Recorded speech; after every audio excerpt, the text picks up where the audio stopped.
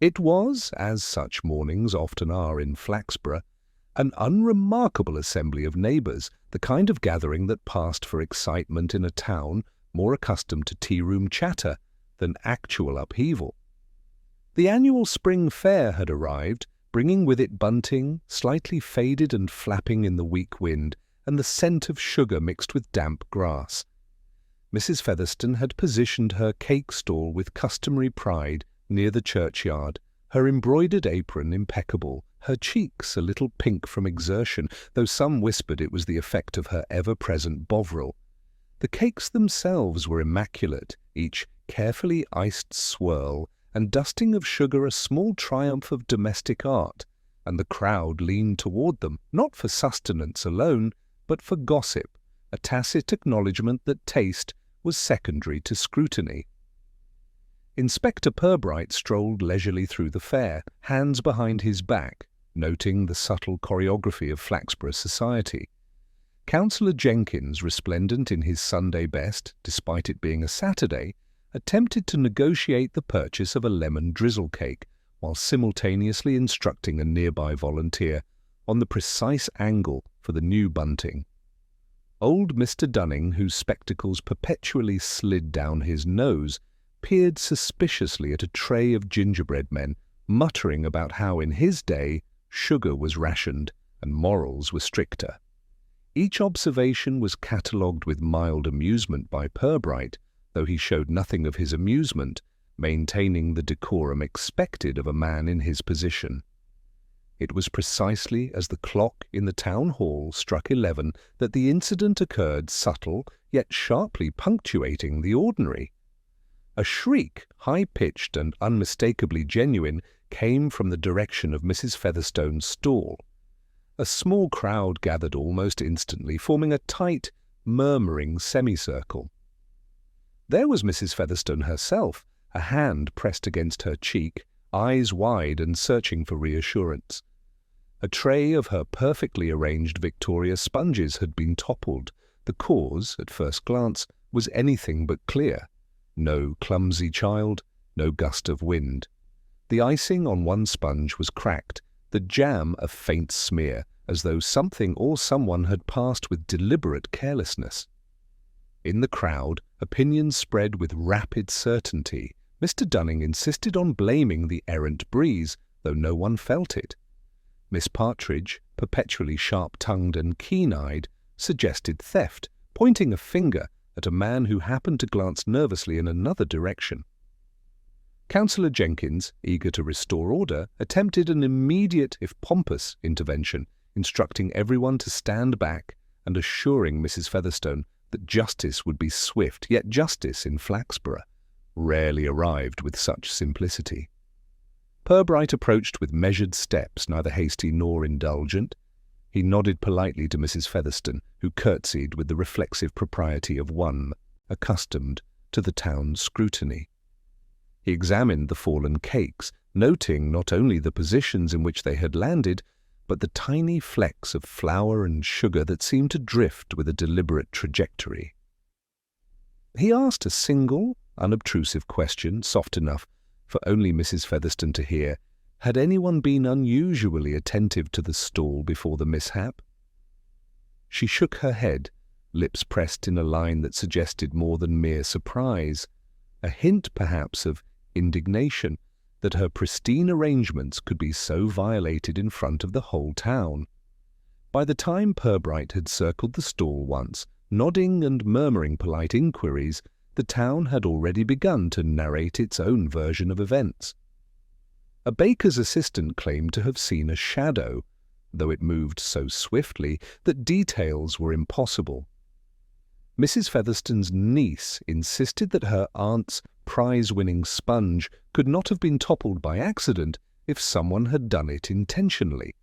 And behind them all, the minor, almost imperceptible flutter of excitement suggested that Flaxborough's attention was fixed, not on the cakes themselves, but on the disruption to the expected order of things.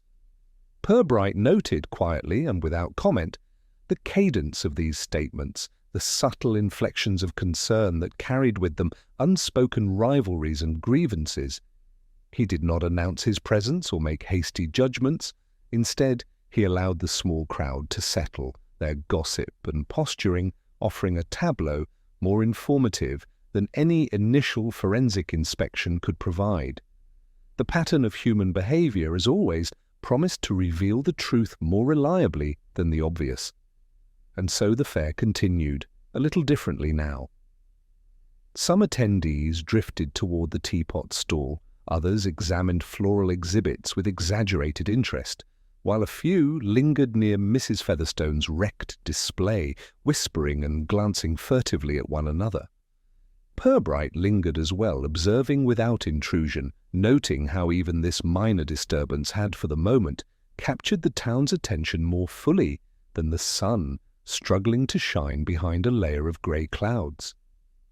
It was the sort of small, peculiar incident that marked the beginning of what would become, in time, a very curious affair indeed. By mid-morning, Flaxborough had assumed the role of an investigator of its own devising.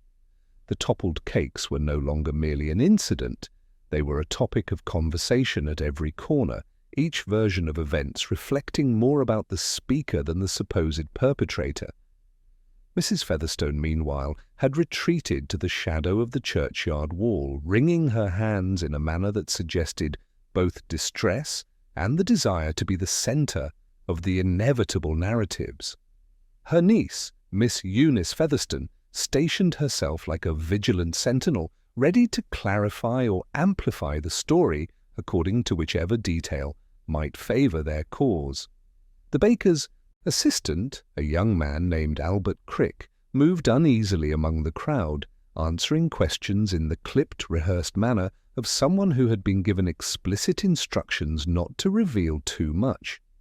He insisted he had seen nothing suspicious, only a fleeting shadow, and yet his eyes flickered toward Mrs. Featherstone each time he spoke, betraying an awareness that the town's attention might eventually demand more than his measured denials.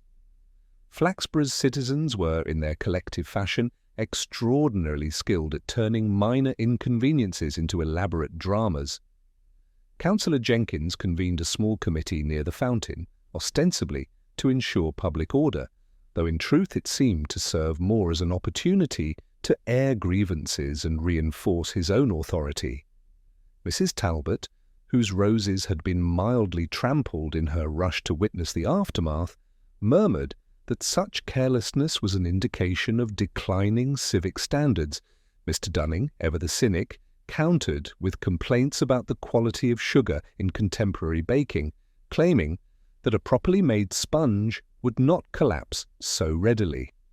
Miss Partridge, who thrived on observation and subtle innuendo, quietly suggested that whoever had toppled the cakes was likely familiar with Mrs. Featherstone's meticulous habits, and the fair's layout was a small but telling remark that drew a few nods from those inclined to accept her authority as arbiter of common sense. Purbright observed all this with his customary patience, standing slightly apart but well within earshot, hands behind his back, a picture of calm composure. He was aware that the town's gossip, often exaggerated or tinged with personal bias, nonetheless contained kernels of truth if one knew how to extract them. He made mental notes who lingered longest at the scene, who spoke first, who deflected questions with humour or annoyance, and who seemed eager to shape the narrative to their own ends. It was during this period that a minor yet peculiarly significant incident occurred.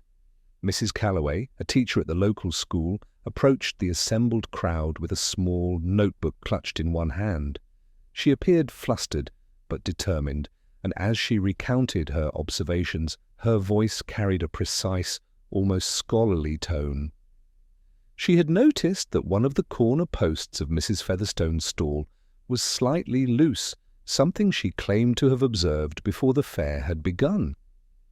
It was a detail so trivial that it might have been dismissed had she not continued. The tray of Victoria sponges had not merely toppled, the trajectory suggesting a deliberate nudge from a specific angle, as if someone had taken care to destabilize the structure without causing outright alarm.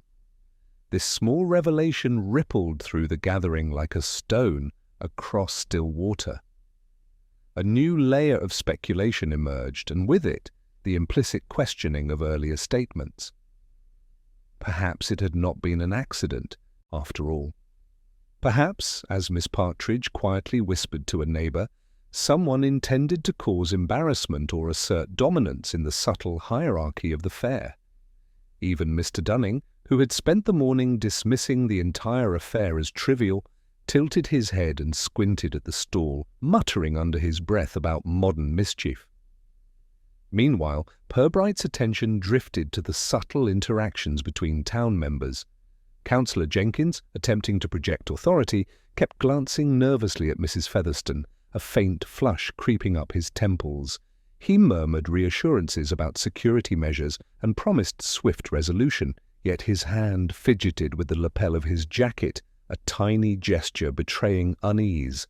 Several onlookers exchanged furtive glances, their curiosity piqued not by the cakes themselves, but by the subtle tension in the councilman's posture. Purbright noted silently that the public performance of confidence often masked private apprehension. As gossip swirled, a second, equally understated phenomenon began to manifest. Alliances and rivalries, usually dormant, revealed themselves in gestures, glances, and murmurs. Mrs. Talbot's repeated hints that her roses had suffered a tragic indignity drew sympathetic nods from Mrs. Willoughby, who had her own complaints about misplaced bunting. Miss Partridge, seizing upon this, remarked with apparent casualness that the fair's organisation seemed riddled with oversights. Each remark was measured, each observation a potential probe for reactions, though no one seemed to notice that they were participating in a delicate social test. Purbright, ever observant, catalogued every slight smile, every suppressed frown, as if he were assembling a map of interpersonal geography, one that, though invisible to the casual observer, might reveal the path to truth in due course. By noon, the town had settled into a rhythm of conjecture and polite interrogation. Coffee stalls and tea tables became informal courts, and almost every visitor to Mrs. Featherstone's stall was quizzed, consciously or otherwise, about their actions or whereabouts when the sponges fell. Few offered substantive answers, most preferred to offer conjecture wrapped in civility. Still, the pattern of behaviour, who hesitated, who spoke too quickly, who diverted attention, was for Purbright more instructive than any direct confession could be. He observed Albert Crick again, noting the subtle flicker of unease in the young man's eyes as he recounted the minimal details he had witnessed.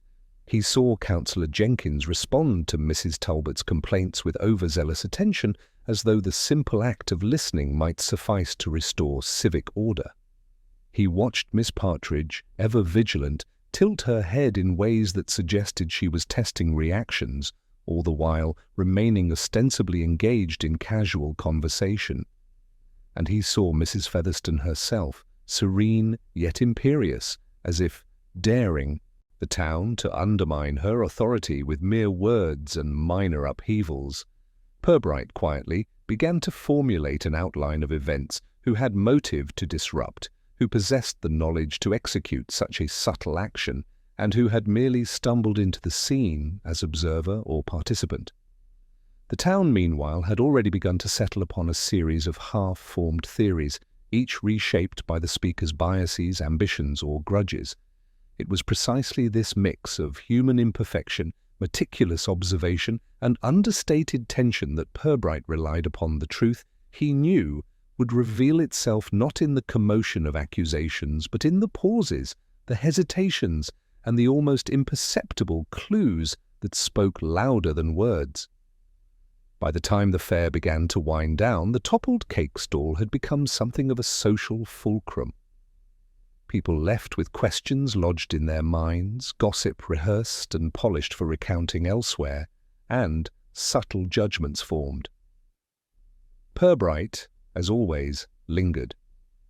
He had said nothing of consequence, revealed no insight, Yet his presence, quiet and unassuming, had ensured that the town's own narratives would continue to unfold, each embellishment, misstatement, or revelation drawing the contours of the mystery ever more clearly. The curious affair was only beginning, and already, in the whispers and sideways glances, the first outlines of intrigue had been sketched. The morning's commotion had settled into the polite murmurings of the early afternoon when Inspector Purbright began his first round of enquiries, selecting, with careful deliberation, whom to approach and in what order. The fairground, though still busy with lingering visitors, provided a manageable arena in which to conduct subtle investigation without overtly alarming the townsfolk.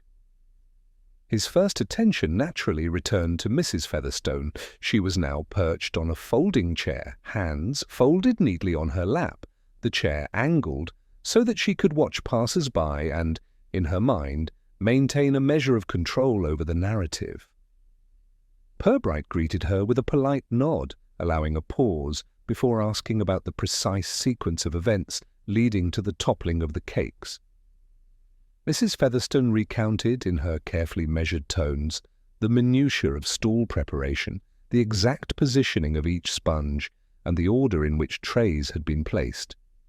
There was no tremor in her voice, but Purbright noted the slight tightening around her eyes and the very occasional shift of her weight, the tiny, almost invisible signals that suggested irritation, if not genuine distress. She was meticulous in her account, yet something in the cadence implied that she was, at least subconsciously, testing the boundaries of his attention. Next, he sought out Albert Crick, the baker's assistant, who was now tidying a nearby table of pastries with deliberate slowness, seemingly attempting to distance himself from the center of attention. Purbright inquired about his movements, his observations, and any anomalies he might have noted. Albert insisted, in clipped sentences, that he had only glimpsed a shadow and that he was otherwise engaged. Yet as he spoke, his eyes flickered intermittently toward Mrs. Featherstone's stall, betraying an anxiety that contradicted his careful denials.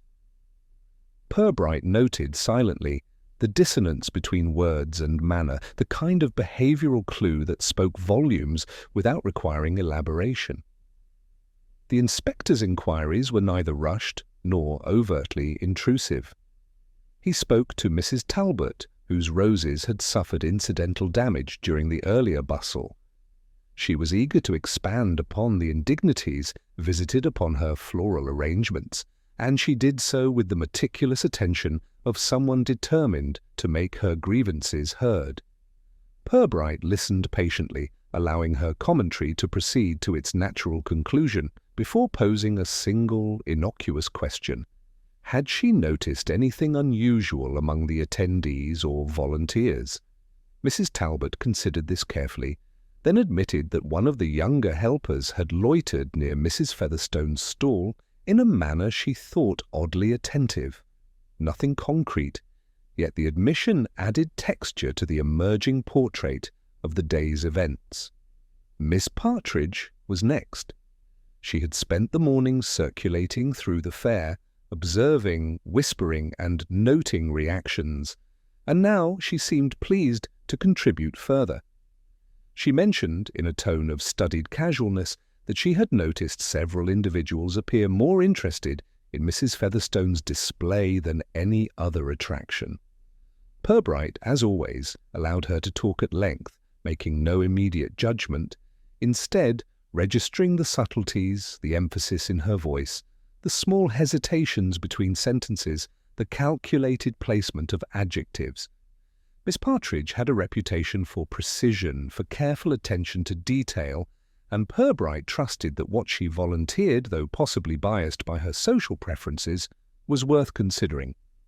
By the time he had moved on to Councillor Jenkins, the afternoon had reached a comfortable lull. The councillor was at his ease now, confident in the town's general inability to manage disorder without his guidance. He recounted his observations of the crowd, his attempts to restore order, and his firm belief that no malice had been involved, merely a lapse in attention. Purbright noted a subtle flush to Jenkins' cheeks as he spoke, a minuscule tremor in the hand that clutched his notepad. While the words insisted on innocence, the body language suggested something less straightforward, a hint of tension beneath the polished civility. Through these interviews, Purbright was assembling more than just accounts of a toppled cake stall. He was compiling a matrix of interactions, priorities, and subtle contradictions. Each person he spoke to provided not only statements, but behavioral cues, the way Mrs. Featherstone's shoulders tensed when mention was made of a particularly messy sponge, the minute shifts of Albert Crick's posture whenever Mrs. Featherstone entered his line of sight, Miss Partridge's carefully measured pauses, Councillor Jenkins' involuntary gestures.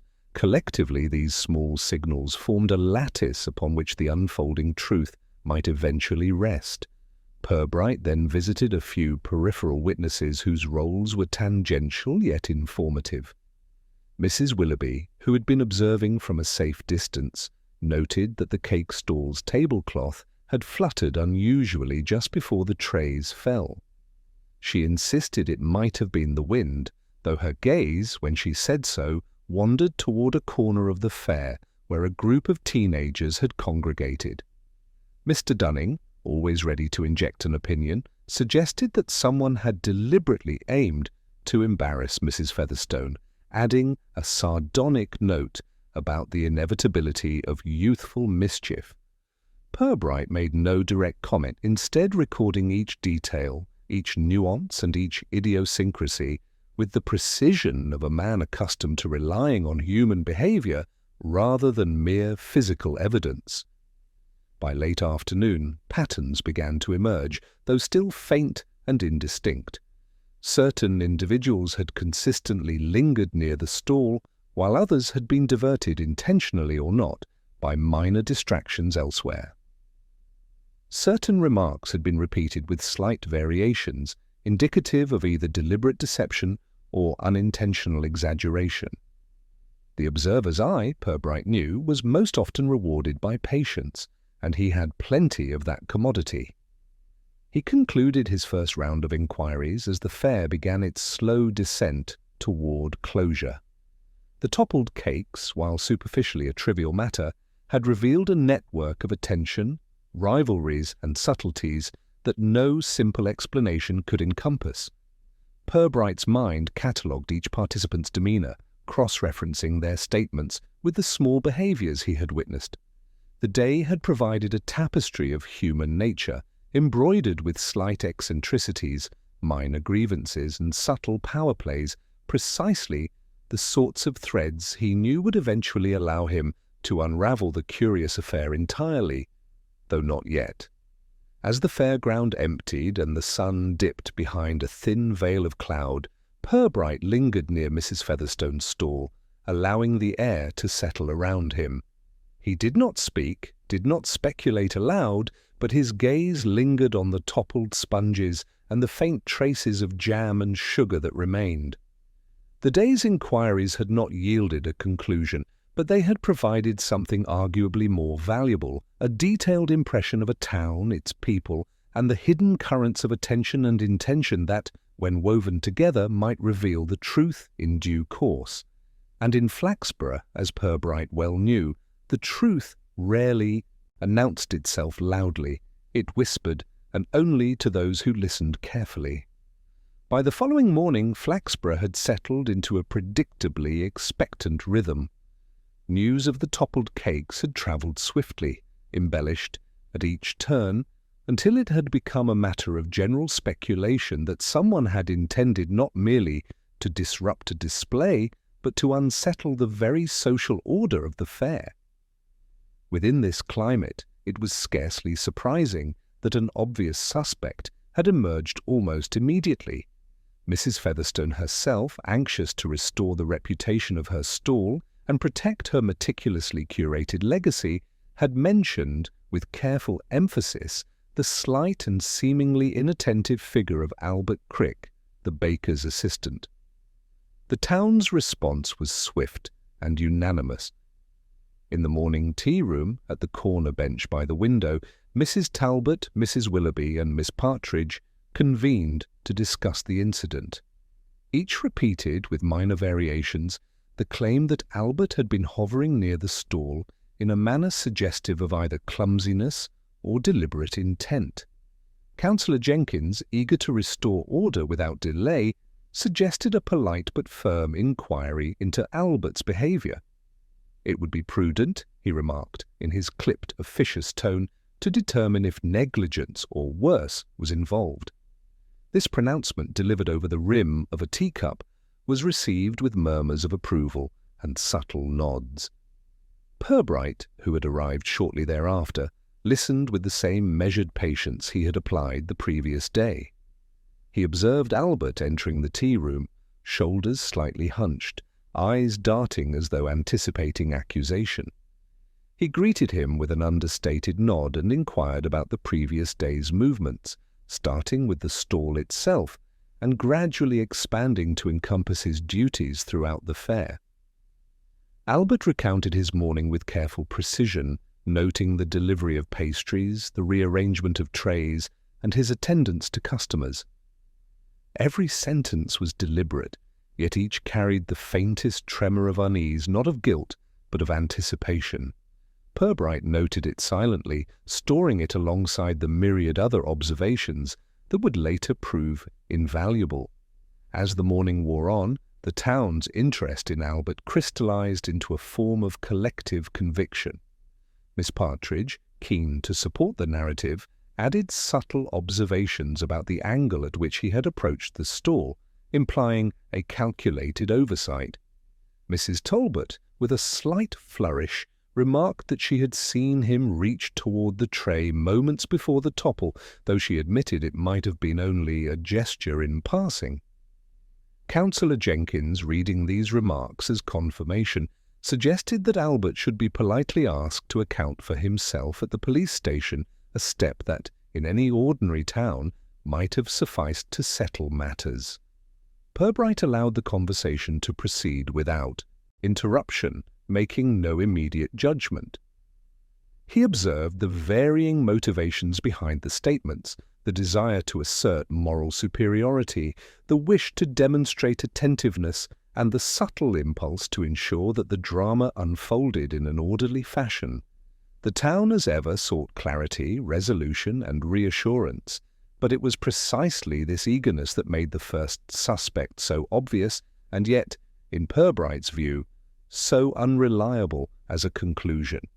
He turned his attention to Albert once more, now in a quieter corner of the tea-room, where fewer eyes could observe them.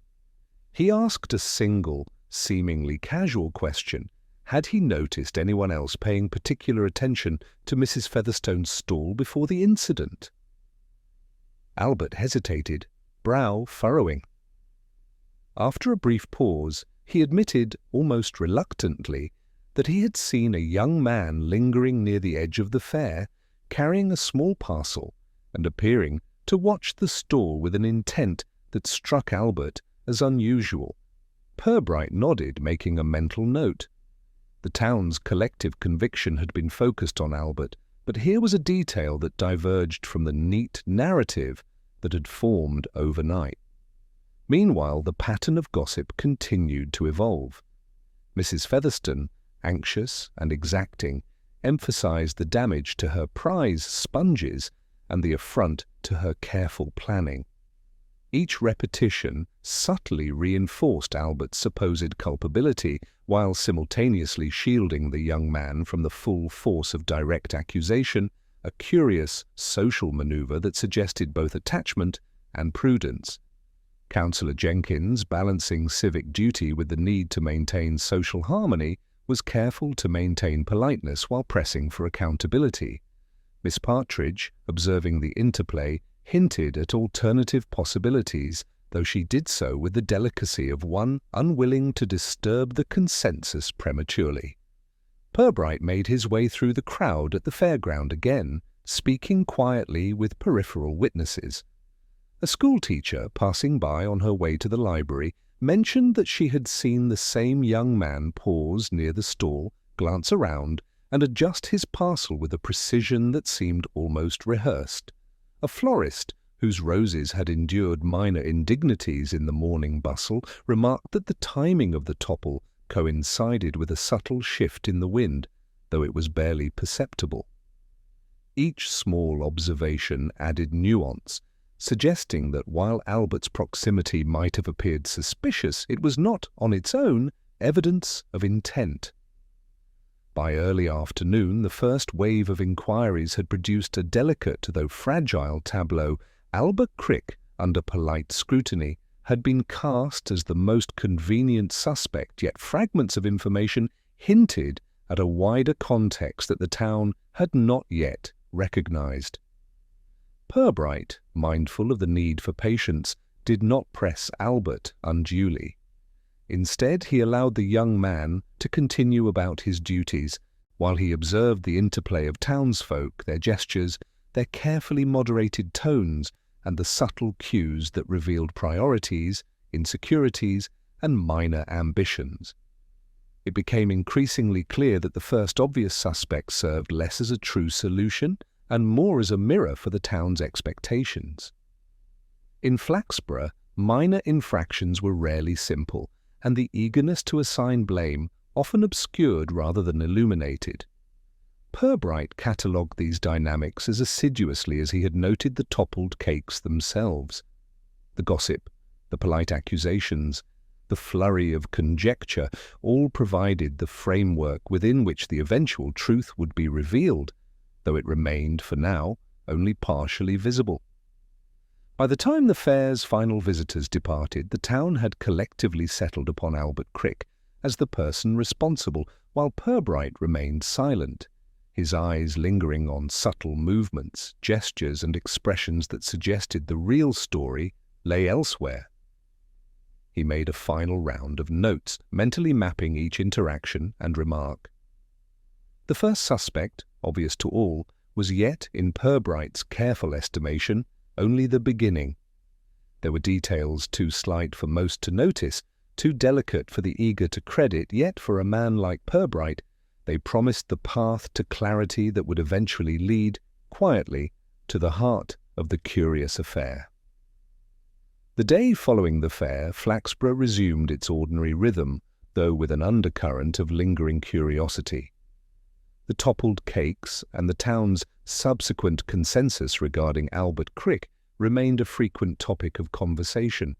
Tea rooms, shop counters, and even the library whispers contained the familiar refrain, "Who had caused the disturbance?" Yet Purbright, in his habitual patience, was unconcerned with the loudest assertions. He knew that the essence of the truth often lay hidden in subtler signs, in what others overlooked or dismissed as inconsequential. It was during his second perambulation of the fairground area, now tidied and partially restored to order, that he noticed a detail so minor it might easily have passed unnoticed. A single, slightly crumpled paper bag lay beneath a bench near the edge of Mrs. Featherstone's stall, partially hidden behind a cluster of flower pots. Purbright bent to examine it, noting the faint remnants of sugar and flour dusting its folds. Nothing overtly incriminating appeared within a half-eaten biscuit, a fragment of wrapper, yet the positioning was curious. He retrieved it carefully, storing it for later without comment to passers-by. The inspector then took the opportunity to revisit Mrs. Featherstone. She was arranging her windowsill in the small front parlour adjacent to her home, carefully stacking empty cake tins and smoothing the folds of her linen cloths. Purbright asked casually whether she had noticed anything amiss in the days leading to the fair beyond the toppled sponges themselves. Mrs. Featherstone hesitated, tapping a fingertip on the table. She recalled that a parcel had arrived midweek, addressed to her but delivered to the wrong door by mistake. The contents had been mundane, a small supply of sugar and a packet of almond essence, yet she remembered thinking it odd that the delivery boy had paused, seemingly distracted before moving on. It was an inconsequential event at the time, she insisted, but Purbright filed it mentally, aware that minor anomalies frequently presaged significant revelations. Next, he revisited Albert Crick, who was now performing routine tasks at the bakery. Purbright asked him about his recollection of any unusual movements near the stall during the fair beyond what he had already described. Albert hesitated, eyes momentarily distant, and then mentioned having noticed an elderly gentleman with a stooped posture who had lingered near the edge of the crowd, apparently reading a small notebook and scribbling notes with careful attention. Albert did not know the man, but something about his methodical presence had seemed oddly deliberate, as though he were not merely an observer but an examiner. Purbright nodded thoughtfully, recording the observation alongside the trivial paper bag and the errand delivery. As he walked the familiar streets of Flaxborough, Purbright reflected on the patterns forming from these seemingly trivial details. There was the paper bag, displaced yet intentionally overlooked, carrying the faintest traces of the materials central to the incident. There was the misdelivered parcel, mundane in itself but arriving at a time when minor disruptions could be orchestrated.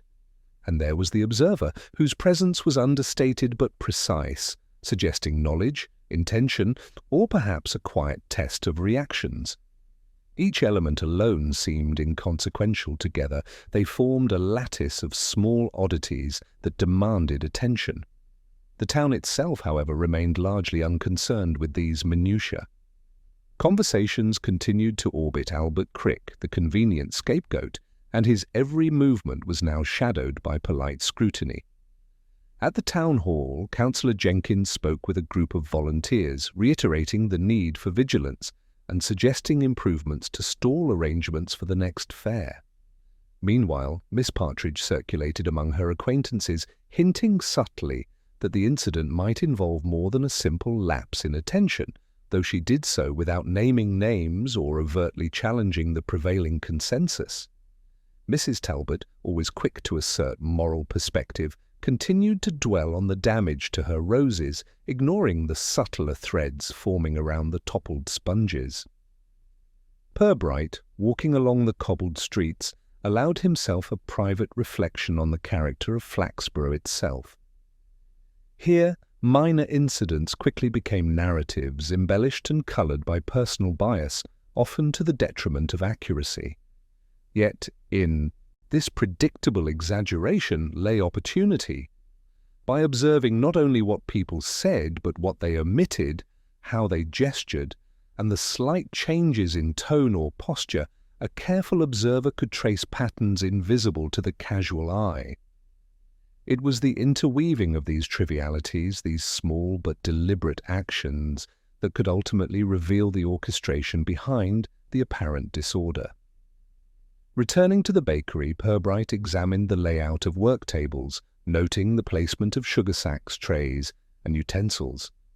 His eyes lingered on the narrow path by which Albert moved, considering angles, trajectories, and the spatial relationships that might allow minor disturbances to seem accidental. He returned the paper bag to a safe location, intent on comparing its contents with other observations. Every trivial detail, a bag, a delivery, a distant observer now seemed like a thread in a pattern, faint but tangible, that hinted at the design behind the toppled cakes. The afternoon brought further, subtle indications of interest. Passers-by paused near the bakery or the site of the fair, casting sideways glances, whispering softly, though rarely aloud. Purbright noted the patterns of attention, who approached deliberately, who lingered only momentarily, who appeared to watch reactions rather than events themselves. Each observation was catalogued mentally, forming a delicate mosaic of behavior, priorities, and latent tensions. The trivial but odd details, he reflected, were often the clearest indicators of intent. By evening, the initial fervour over Albert Crick had begun to wane, replaced by more measured curiosity, as subtle inconsistencies in witness accounts emerged. Mrs. Featherstone, still precise and imperious, noted the presence of the young man and the elderly observer with faint unease, though she remained loyal to her first impressions regarding Albert. Councillor Jenkins maintained his public posture of control, though his private questions to his assistants suggested he was beginning to sense complexity beyond the simple assignment of blame. Miss Partridge's remarks, delivered with casual elegance, nudged others to consider possibilities beyond the obvious, even as they clung stubbornly to familiar narratives. Purbright, at his desk in the late evening, reviewed his notes and observations.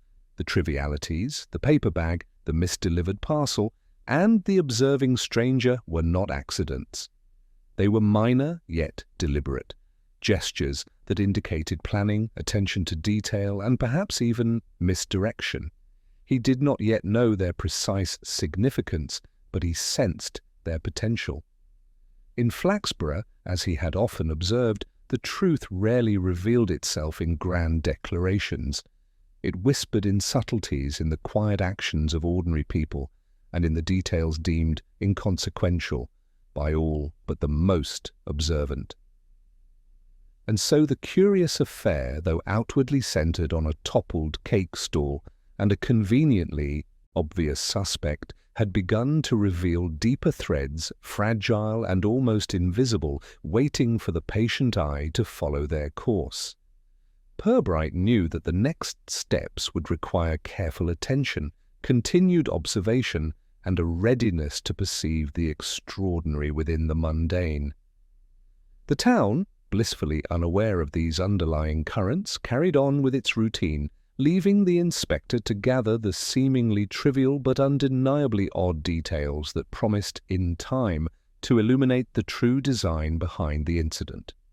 The following week brought the quiet, almost imperceptible expansion of the investigation beyond the initial circle of observers and witnesses.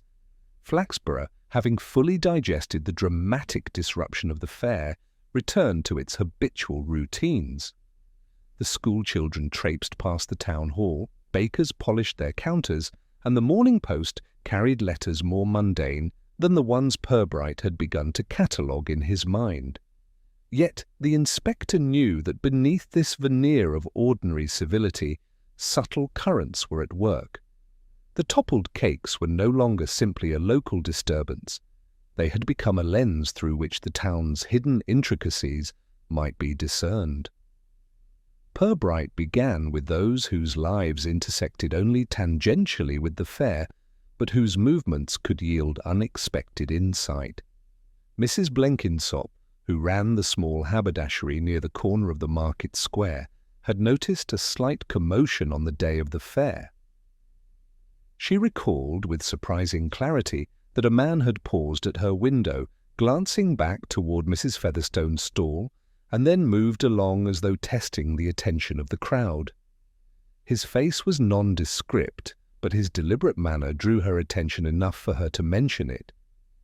Purbright filed the details quietly, noting the recurrence of observers outside the immediate circle of suspects.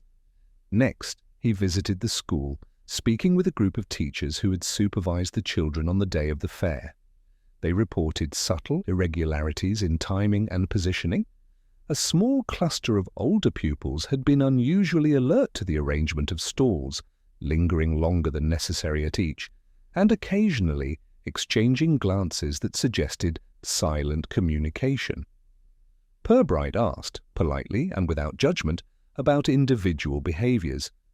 The teachers, though initially hesitant, began to reveal small discrepancies in accounts. A child who claimed to be visiting the lemonade stand had been momentarily near the cake stall. Another who insisted on helping a neighbour had been seen sketching the layout of stalls. None of these were immediately incriminating, yet they painted a complex picture of movements and interactions that had gone unnoticed by the casual observer. From there, Purbright moved to the periphery of social gatherings. The sewing circle at Mrs. Calloway's house provided unexpected insight. Members recalled, with varying emphasis, minor anomalies a visitor lingering near the edge of the garden path, a package misplaced and retrieved with peculiar attention, conversations that had paused abruptly when the subject of the fair arose. Each remark was accompanied by the careful caveat that perhaps it was nothing, yet collectively they suggested patterns that demanded attention. Purbright listened quietly, noting both the spoken words and the subtle hesitations, the almost imperceptible shifts of posture or gaze that betrayed thought processes beyond the explicit statements. Even in commercial spaces, the investigation expanded. At the butcher's, Mr. Hargreaves mentioned that a man matching Albert Crick's description had been seen early on the day of the fair, yet in his account he had appeared to be shadowed by another figure, smaller, nimbler, whose presence he had dismissed at the time as inconsequential. Purbright thanked him. Storing the detail mentally, it reinforced a growing notion that Albert's supposed culpability might be an oversimplification of a more intricate scenario. Purbright's observations extended to the layout of the town itself. The alleys, narrow and often overlooked, provided vantage points from which subtle movements could be observed unnoticed. He noted that the toppled cake's trajectory corresponded with an angle visible only from a particular position, one that suggested deliberate consideration by someone familiar with the spatial configuration. The placement of benches, flower pots and decorative bunting, all arranged for maximum appeal, offered both obstacles and opportunities. To the casual eye, nothing seemed amiss to Purbright. The minor intricacies hinted at careful attention, possibly preparation, by someone intent upon orchestrating an incident that appeared accidental. Even the smallest interactions were now catalogued with precision. A fleeting exchange between Mrs. Talbot and a young assistant at the floral stall, a whispered remark caught by Mrs. Willoughby, the subtle flick of a handkerchief by a passing visitor, all were threads woven into a growing tapestry. Each triviality, each behaviour noted and compared against previous observations, suggested the presence of more than mere happenstance. Purbright's approach remained deliberate. He did not rush to conclusions, preferring instead to let the natural flow of human behaviour provide clarity. The social sphere of Flaxborough, as always, contributed as much as direct observation. At the local tea-house he listened unobtrusively to exchanges among townsfolk, polite speculation, casual assertions, and the inevitable exaggerations. A mention of a newcomer, slightly apart from the main crowd, prompted recognition in Purbright. This individual had been described by several witnesses as unremarkable in appearance, yet persistent in attention. Each person who noted him, almost as an aside, revealed subtleties of movement, posture, and reaction, providing a composite impression more vivid than the sum of its parts. By the end of the day, Purbright had extended the field of inquiry considerably. The investigation now encompassed a variety of individuals and minor details, peripheral observers, misdirected pupils, casual onlookers, and the overlooked intricacies of stall and street layout. Every fragment of information, seemingly trivial in isolation, contributed to a broader understanding of the dynamics at play during the fair. He returned to his office as evening fell, reviewing the day's observations.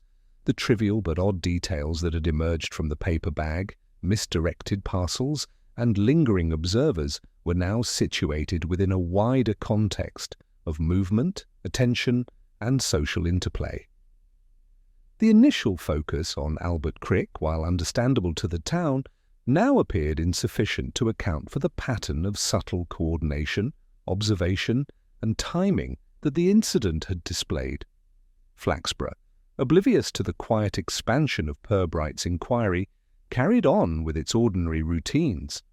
Shopkeepers locked doors, children returned home, and councillors prepared for the next committee meeting. Yet beneath this calm, the invisible network of behaviours, glances, and minor interventions continued to unfold, providing the patient inspector with a growing mosaic of human activity. Purbright, reviewing his notes by lamplight, reflected on the elegance of ordinary human interaction.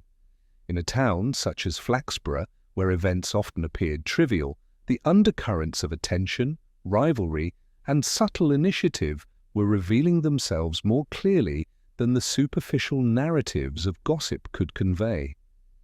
Each additional observation, every new participant in the web, brought him closer to an understanding of the forces at work behind the curious affair. The field had expanded, yes, but in doing so it had also begun to illuminate the contours of intention, strategy, and subtle orchestration that lay at the heart of the mystery. By nightfall, Purbright was satisfied with the progress. He had not yet reached a conclusion, nor had he revealed any of his thoughts. The town might still regard Albert Crick as the obvious culprit, but the broader field of inquiry promised a more intricate and revealing picture. Patterns, he knew, emerged over time, and Flaxborough, in his quiet, habitual manner, was supplying all the necessary clues for a patient observer to discern them. In the coming days he would follow these threads, weaving together behavior, circumstance, and minor peculiarities into a coherent understanding of the event that had disrupted the town so subtly and so completely. The tranquility of Flaxborough was, as often happens in small towns, deceptive.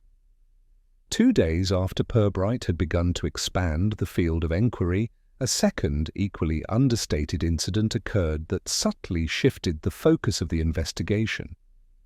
It was not dramatic in a conventional sense, no shouting, no obvious confrontation, yet the consequences rippled through the town with the same understated intensity as the toppled cakes.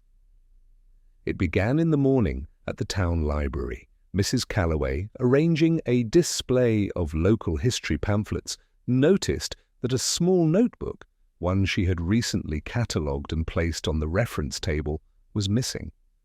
At first she assumed she had mislaid it, though a glance at the surrounding bookshelves convinced her otherwise. The notebook was distinctive navy blue with a worn spine and neatly penciled notes along its margins. Mrs. Calloway, perturbed, reported the absence to the library clerk, who confirmed that no one had borrowed it through the official system. The implication, though mild in description, was unmistakable that someone had taken it without formal permission. Word of the missing notebook spread quietly, but efficiently. In Flaxborough, news rarely travelled through official channels.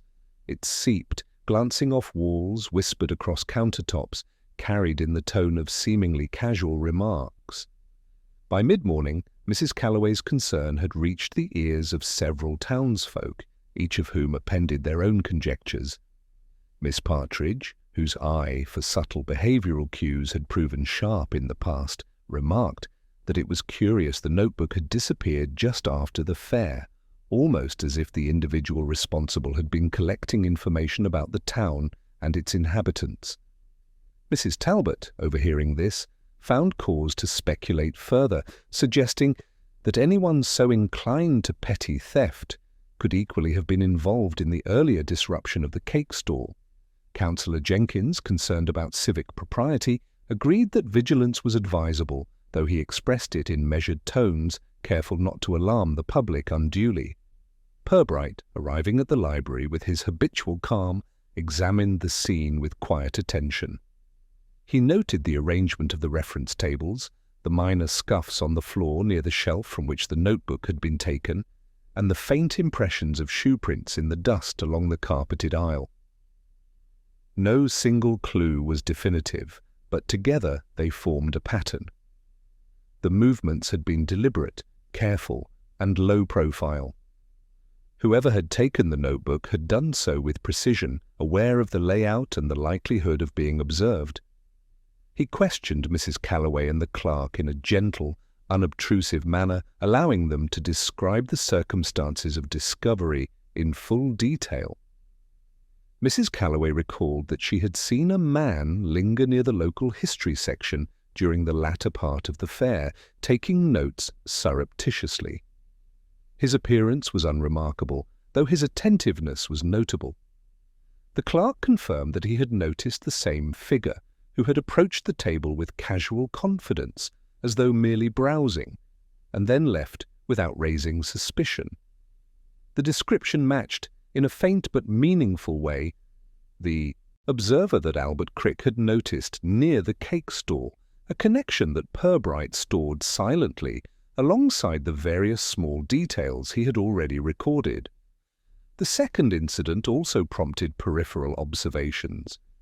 Mrs. Willoughby mentioned seeing a young woman loiter near the library, ostensibly reading, but in such a way that she could observe those moving through the aisles. Mrs. Blenkinsop, the haberdashery owner, noted that the same figure had previously been observed near her shop, consulting a small notebook and making slight marks in the margin before moving along. Collectively, these observations suggested a pattern of deliberate surveillance, attention to detail, and subtle note-taking, a behaviour that contrasted sharply with the impulsive clumsiness attributed to Albert Crick at the fair. Purbright's inquiries now encompassed both the original disruption at Mrs. Featherstone's stall and this new, seemingly minor theft. He retraced paths, considered angles, and examined timing with meticulous care. The link between observer and incident was tenuous but growing. The figure near the cake stall, the lingering onlookers at the fair, the careful removal of the notebook all implied planning, forethought, and a degree of intent that could not be dismissed. At the same time, the town's response continued to emphasize simplicity and convenience. Albert remained the obvious suspect, and casual discussions in the coffee shops and at the post office centered on whether his presence at both the fair and the library might be explained by curiosity or proximity rather than intent. Purbright, however, was not content with surface plausibility. He noted the subtle differences between the supposed evidence against Albert and the behavior of the discreet observer now implicated by the missing notebook. Later that afternoon, Purbright conducted another quiet survey of the fairground, now restored to order, but still retaining faint traces of the previous disruption. He noted the angles at which the toppled cakes had fallen, the positions of benches and flower pots, and the path that the observer might have taken while remaining unnoticed. The precision suggested an individual who understood spatial relationships and social attention, someone careful, deliberate, and aware of the effect of minor interventions. The distinction between deliberate observation and accidental presence, which the townsfolk were inclined to blur, was now becoming increasingly central to Purbright's understanding. In addition, he revisited the evidence of the paper bag, the misdirected parcel, and other trivial but odd details from the previous week. Each minor anomaly now took on renewed significance when considered alongside the second incident, the presence of an observing figure, the deliberate yet quiet appropriation of a notebook, the subtle shifts in town awareness. Together these incidents hinted at a single thread of orchestration, a quiet plan operating beneath the surface of ordinary routines. By early evening, the combined weight of the incidents, the toppled cakes and the missing notebook, had begun to reshape the pattern of inquiry. Where once Albert Crick had been the convenient focus of attention, now the presence of a careful observer, moving unnoticed, recording details and integrating themselves seamlessly into ordinary activity, offered a more compelling line of inquiry. Purbright's mind catalogued movements, timings, and social responses with meticulous precision, noting discrepancies, consistencies, and subtle behavioral markers that might otherwise escape notice. The second incident, though outwardly minor, had profound implications. It reinforced the necessity of patience, careful observation, and attention to the subtleties of human behavior. Flaxborough's residents continued their routines, unaware that the superficial simplicity of events concealed a more intricate orchestration. Purbright, mindful of these layers, began to outline possible connections, noting how minor misdirections, trivial details, and the unnoticed actions of a single observer could influence both perception and reality. As night fell, he reviewed his notes by lamplight. The curious affair was no longer solely about a toppled cake stall. it had grown into a subtle interplay of observation, minor intervention, and social perception. Each incident, each trivial action provided pieces of a puzzle that would, in time, reveal the underlying design. The second incident had shifted the focus, drawing attention away from the first obvious suspect and toward the subtler, more deliberate manipulations at play. Purbright, as always, remained patient, knowing that in Flaxborough the truth seldom demanded attention. It whispered, and only to those who listened carefully.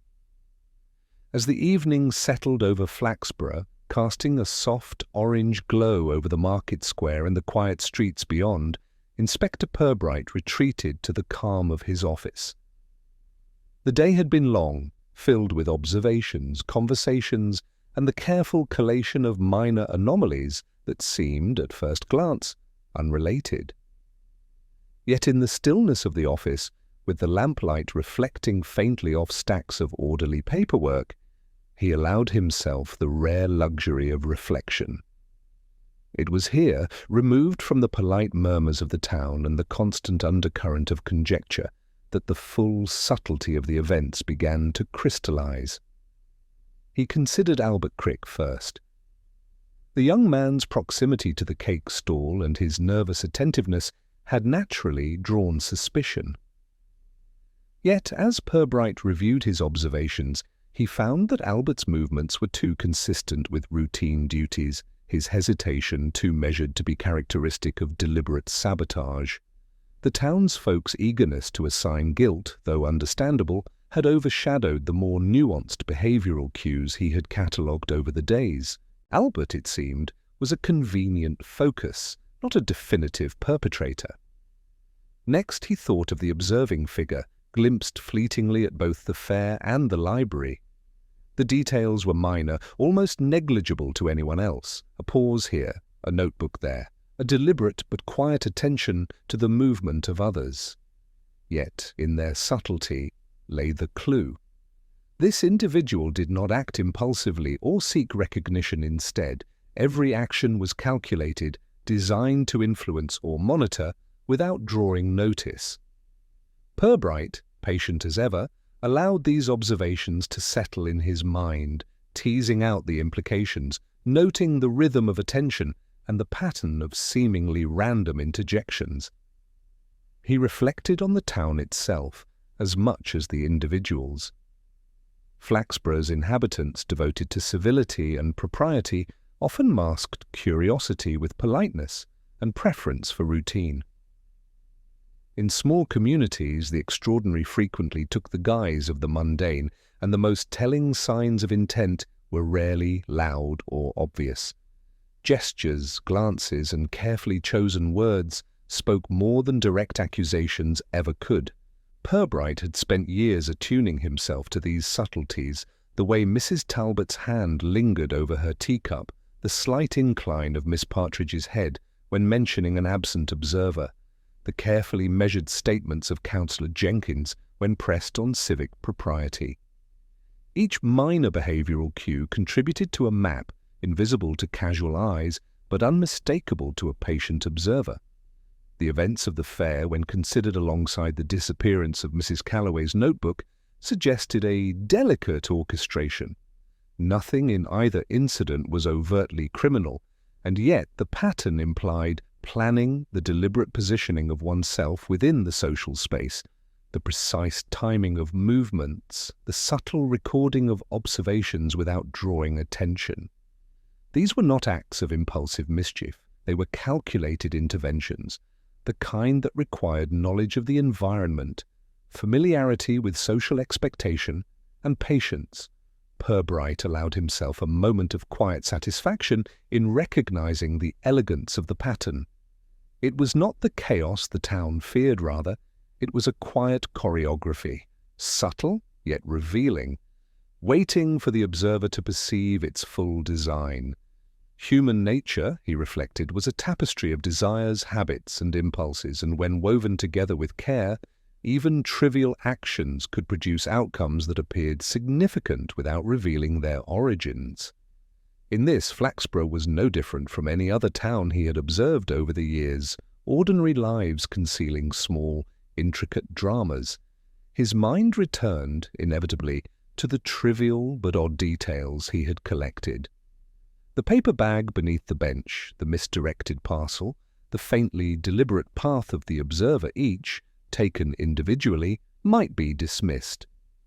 In combination, however, they suggested intention, not immediate, brash, or obvious, but considered, patient, and directed toward an outcome that the casual eye would never perceive. Purbright had learned to trust these whispers of evidence, the quiet cues hidden beneath the louder statements of witnesses and the assumptions of the townsfolk. He also pondered the social reactions that had accompanied each incident. The town's eagerness to assign blame, its reliance on apparent proximity and familiarity, was both predictable and revealing. In small communities, social narratives often overtake objective observation, simplifying complexity to maintain comfort and predictability. Yet in doing so, they also expose their own assumptions, revealing who is willing to speak, who prefers silence, and who manipulates perception through subtle influence. These dynamics, Purbright realized, were as crucial to understanding the incident as any physical clue. A slow rain began to fall outside, the patter against the windows a quiet accompaniment to his thoughts. It reminded him of the first day at the fair, the damp grass, the slight chill, the muted rustle of bunting in the breeze. These environmental cues had shaped the perception of witnesses, influenced movement, and framed the incidents with an almost imperceptible pressure. Nothing was coincidental, he reminded himself. Even apparent randomness in human action often carried an internal logic. Purbright's reflections now extended to potential motives. While the toppled cakes and the missing notebook were minor in consequence, they represented small challenges to order, subtle tests of attentiveness, or perhaps exercises in influence.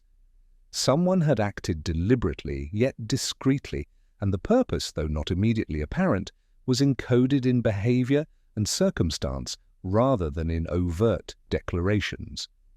The town, with its reliance on civility and assumption, had missed these signals, focusing instead on convenience, habit, and immediate appearance. By the late evening, Purbright began to sketch in his mind the relationships between the various participants and observations Albert Crick. The young and visible presence, the observing figure. Elusive, yet deliberate, the peripheral witnesses who recorded tiny anomalies without conscious recognition, and the town itself, a stage upon which subtle interactions created layers of meaning. The picture was far from complete, but the outlines were beginning to emerge, delicate, yet discernible. Finally, he considered his next steps. Patience, observation, and careful testing of assumptions would be required. The obvious suspect might remain a convenient focus for the town, but for Purbright, the investigation had deepened, and the field had expanded in ways that demanded subtlety and precision. There were patterns to follow, minor interactions to monitor, and small, seemingly trivial events to record and interpret. In Flaxborough, as he had learned, the extraordinary rarely announced itself, he whispered, and only to those who listened closely. Leaning back in his chair, Purbright allowed himself a quiet satisfaction. The first incidents had revealed only part of the story. The second incident had hinted at a more complex orchestration, and the day's reflections had begun to illuminate the subtle mechanics of intention beneath the ordinary. The investigation was far from complete, but he felt the familiar sense of confidence that came from careful observation, patient reasoning, and an unwavering attention to the understated truths hidden within human behavior. In the quiet of his office, with rain tracing faint lines along the window pane, the curious affair awaited its next stage, and Purbright, as ever, would be ready to listen. The following morning, Purbright set out with deliberate purpose, carrying only a small notebook and his usual air of unobtrusive attention. He had spent the previous evening reflecting on the incidents, assembling the threads in his mind, and now sought to provoke subtle reactions that might illuminate intent. In Flaxborough, the careful placement of words, gestures, and timing often revealed more than direct questioning, and Purbright had long relied upon these soft, almost invisible instruments to discern truth from assumption. His first stop was the town square, where Mrs. Featherstone had reopened her stall in the small market area. The sponges were, once again, immaculately arranged, though a faint rigidity suggested residual tension from the earlier disruption. Purbright approached in his customary measured pace, nodding politely to Mrs. Featherstone and exchanging brief pleasantries before steering the conversation toward the previous fare. He asked, gently and indirectly, whether she had noticed any particular behavior among onlookers or helpers that might have seemed unusual at the time. Mrs. Featherstone, ever precise, enumerated again the positions of various individuals, the timing of movements, and the slight irregularities that had seemed inconsequential, but now struck her as curious. Purbright listened quietly, noting not only her words but the careful modulation of tone and the small emphases she placed upon certain details. Next, he arranged a casual meeting with Albert Crick at the bakery. Purbright engaged him in seemingly benign conversation, inquiring about routines, deliveries, and the minor tasks of the previous week. Albert responded with attentive precision, answering fully, yet offering no extraneous information. Purbright allowed pauses in the dialogue, observing closely as Albert's gaze occasionally flickered toward the window, as if noticing a passerby or anticipating movement outside. It was a minor detail, almost imperceptible, yet Purbright recognized the slight tension in the shoulders, the subtle hesitation in gesture that suggested a mind aware of scrutiny without revealing culpability. The crucial element of the test was to introduce a carefully orchestrated scenario, one that would mimic the conditions of the original incidents without overtly suggesting surveillance. Purbright arranged for a tray of small pastries to be placed near Mrs. Featherstone's stall, deliberately positioning it within sight of certain observers while ensuring that Albert was engaged elsewhere. Purbright watched quietly as townsfolk moved past the casual glances, the slight adjustments of posture, the involuntary attention paid to the pastries.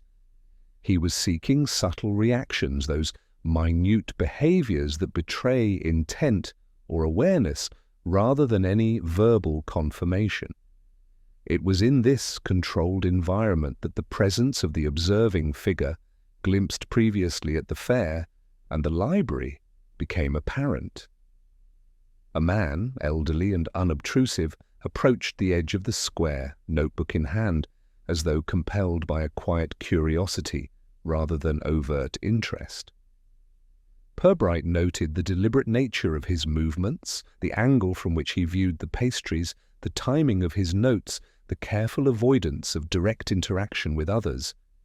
This was the pattern he had suspected: careful observation, measured intervention, and attention to detail that surpassed mere coincidence.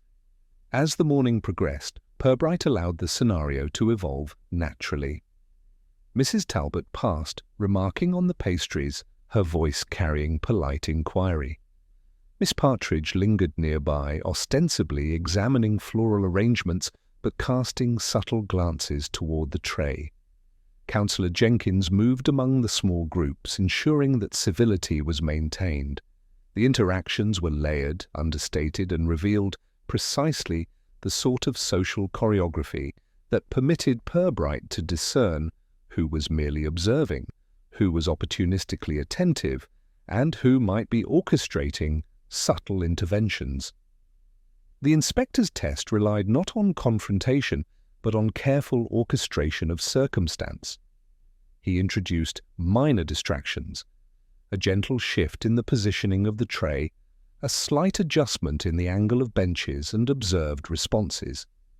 The observing figure reacted with precision, a subtle step to maintain line of sight, a slight pause before taking notes, and a small adjustment to avoid detection. Albert Crick, meanwhile, remained focused on his duties, his attention measured and consistent with routine activity.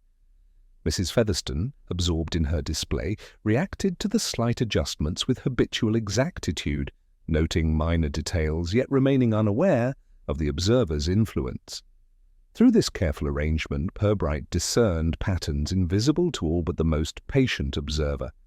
The combination of subtle interventions, deliberate positioning, and meticulous attention to the environment revealed the individual orchestrating minor disturbances while remaining largely invisible. The differences between him and Albert Crick were now unmistakable. Albert's nervous attentiveness, the result of perceived suspicion, contrasted sharply with the deliberate, controlled, and quietly influential presence of the observer. By mid-afternoon, Purbright had gathered sufficient behavioral evidence to confirm his suspicions. The observer's actions, consistent across both the fair and the library, and now apparent in the controlled test, demonstrated intention, subtle manipulation, and strategic awareness. The patterns of attention, timing, and social perception aligned with earlier anomalies: the paper bag beneath the bench, the misdirected parcel, the lingering glances, the discreet note-taking. Collectively, these observations pointed toward a single, coherent orchestration behind the incidents. Purbright allowed himself a moment of reflection, noting the elegance of the method. In a town such as Flaxborough, where civility and routine dominate, the most revealing actions are rarely those that shout for attention. They are quiet, deliberate, and embedded within the ordinary flow of social interaction. The inspector had, through patient observation and the orchestration of a subtle test, illuminated patterns that the town had overlooked entirely, substituting conjecture for evidence. As evening approached, the test concluded with the observer departing in a manner consistent with prior behavior, understated, polite, and deliberate. Purbright, satisfied, reviewed his notes once more, cataloguing each behavioral cue, timing of movement, and reaction observed during the exercise. The first obvious suspect, the convenient scapegoat of the townsfolk, had been exonerated through careful observation, while the true orchestrator had revealed themselves not through overt confession, but through subtle and consistent behavioral markers. Purbright leaned back in his chair, hands folded, allowing the quiet satisfaction of insight to settle. The curious affair, he realized, had reached a point where patient testing had unveiled patterns invisible to the unobservant. The next stage, the culmination of careful reasoning, would bring the final clarity to the calm explanation that would link together cakes, notebooks, minor oddities, and deliberate observation into a coherent account.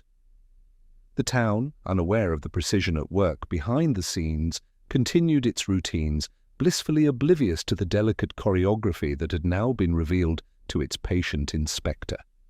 The morning was mild, the kind of quiet brilliance that Flaxborough often displayed in early May, with sunlight dappling the cobblestones and a gentle breeze stirring the leaves along the market square. Inspector Purbright arrived at Mrs. Featherstone's stall precisely at 10 o'clock, fully aware that the culmination of the investigation required a setting as ordinary as the incidents themselves. The town, still fascinated by the toppled cakes and the missing notebook, had no expectation of resolution. It was a pattern Purbright found both predictable and useful. He began by assembling the key individuals in a circle near the stall: Mrs. Featherstone, Albert Crick, Miss Partridge, Councillor Jenkins, Mrs. Talbot, and the librarian, Mrs. Calloway. Purbright's approach was polite, restrained, and unobtrusive, allowing each person to settle comfortably before speaking. There was no dramatics, no flourish, just the calm, deliberate organization that, over years of small-town observation, had proven most effective. He allowed the gathering to consider the calm morning the trays of freshly arranged sponges gleaming under the sun before introducing the first statement. He recounted in neutral tones the events of the fair, the toppled cakes, the subsequent observations, the minor disturbances, and the disappearance of the notebook. Each detail was presented precisely, without embellishment, and carefully ordered so that the behavior and responses of witnesses were highlighted naturally. Albert Crick Purbright began, his voice steady and measured, and was under suspicion for the disruption at the stall. Yet our observations indicate that his actions were consistent with routine duties. While his proximity might have seemed suggestive, his behavior reveals no deliberate intervention. The nervous attentiveness noted was a product of perception and circumstance rather than intent. Albert, seated politely at a slight distance from the stall, relaxed, visibly, a subtle tension in his shoulders dissipating. Purbright then shifted focus, speaking now of the minor anomalies that had, at first, seemed trivial. The paper bag under the bench, the misdirected parcel, the observer's repeated appearances at both the fair and the library. Each detail, innocuous in isolation, was considered collectively, revealing a pattern of deliberate, subtle orchestration. He described the observer's measured movements, careful note-taking, and strategic positioning, highlighting the consistent behavior across multiple contexts. All eyes turned toward the elderly man who had been quietly present, taking notes and observing at a distance. Purbright did not raise his voice, nor did he impose judgment. Instead, he allowed the accumulated observations to speak for themselves. He detailed the precise timing, spatial awareness, and attentiveness that distinguished the observer's conduct from incidental presence. The evidence was behavioral, circumstantial, and remarkably revealing. Consider, Purbright continued, how these small actions influenced perception, guided attention, and created the appearance of disorder. The toppled cakes were not an accident, yet neither were they designed to draw overt attention. The notebook was taken with care to be observed and recorded rather than stolen in any conventional sense. The objective, subtle though it was to monitor and understand the patterns of the town, to test attention, reactions, and propriety. He paused, allowing each individual to digest the account. There were no gasps, no dramatics, only the quiet, understated recognition of consistency and logic. The inspector then moved to the final piece of synthesis, connecting the behavior of the observer to the minor oddities noticed earlier by the town, misaligned trays, fleeting glances, and precise positioning. Each was contextualized, demonstrating the sophistication of a plan executed in plain sight. Purbright concluded with the simplest, most effective statement. In Flaxborough, civility and routine often obscure intent, yet when one observes carefully, even trivial acts can reveal design. The orchestrated incidents were subtle tests of attention and social behavior, not acts of malice. The first obvious suspect, conveniently singled out by conjecture, was uninvolved. The truth lies in careful observation, patience, and recognition of subtle cues, qualities that fortunately have guided us to clarity. A quiet settled over the circle. Mrs. Featherstone, meticulous and precise, allowed a faint smile as her stall regained its restored prominence, the previous tension dissipating in the presence of reason. Albert Crick, relieved and composed, offered a modest nod of acknowledgement.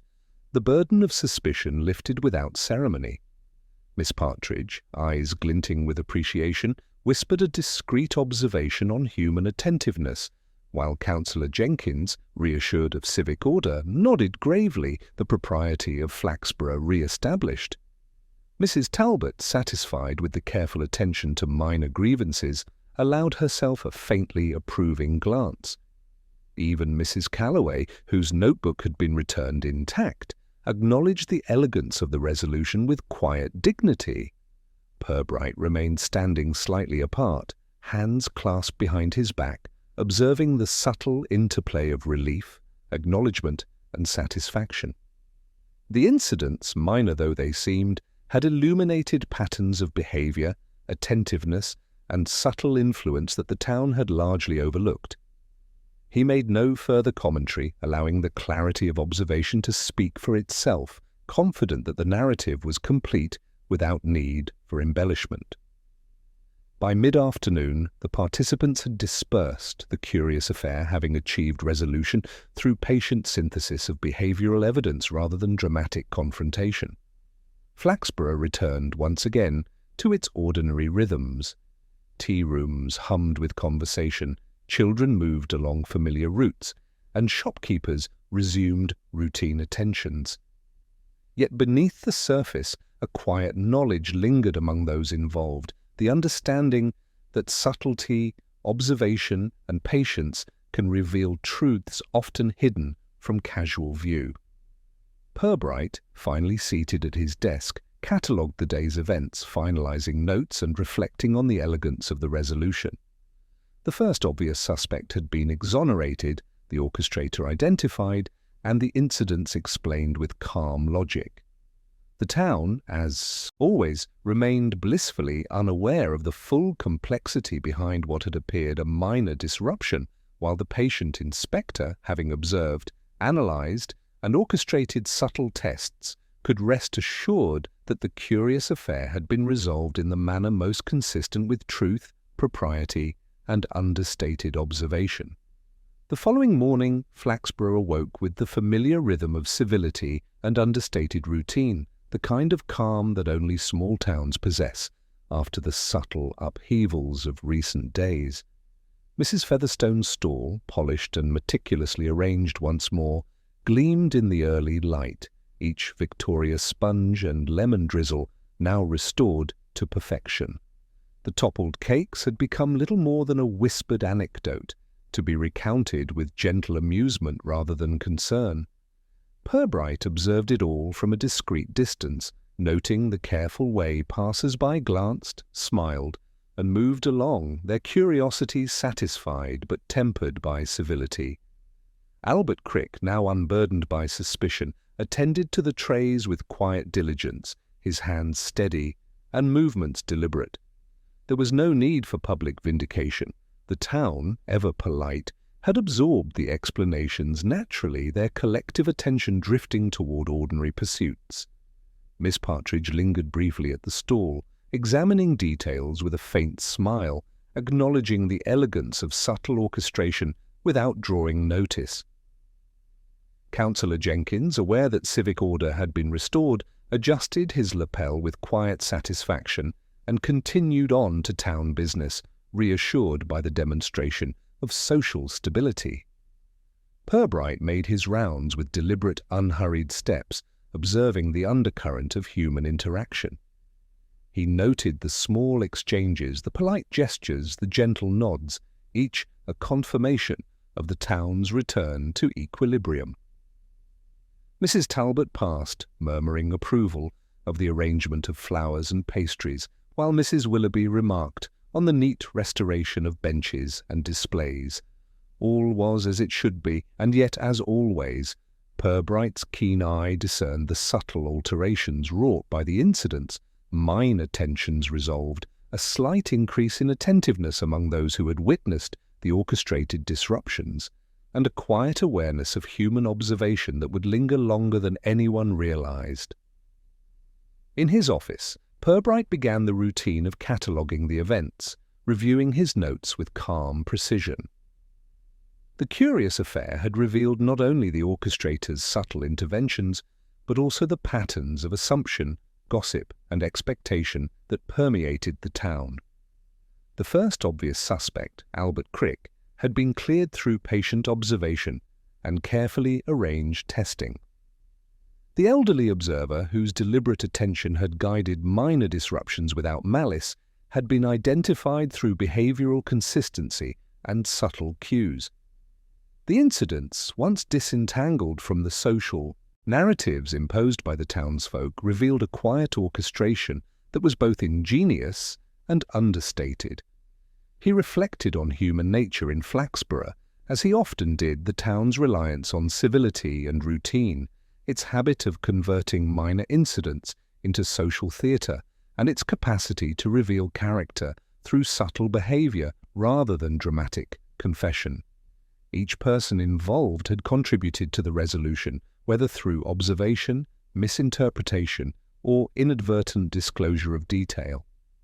In the end, the truth had emerged not through spectacle, but through patience, quiet reasoning, and an attentive eye for the minutiae of ordinary life. As the afternoon sun traced long shadows across the square, the townsfolk moved with the ease of restored familiarity.